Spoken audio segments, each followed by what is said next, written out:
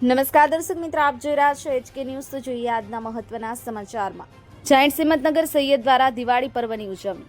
Giants Himmatnagar Sahiyar group દ્વારા દીપાવલી પર્વની આનંદમય ઉજવણી અમરદીપ સાર્વજનિક ટ્રસ્ટ સંચાલિત માનસિંહ દિવ્યાંગ મહિલા આશ્રમમાં કરવામાં આવી હતી। ગ્રુપની બહેનો દ્વારા આશ્રમની મહિલાઓને મીઠાઈ, ફરસાણ અને ફટાકડા આપી પર્વની ખુશીઓ વહેંચવામાં આવી હતી।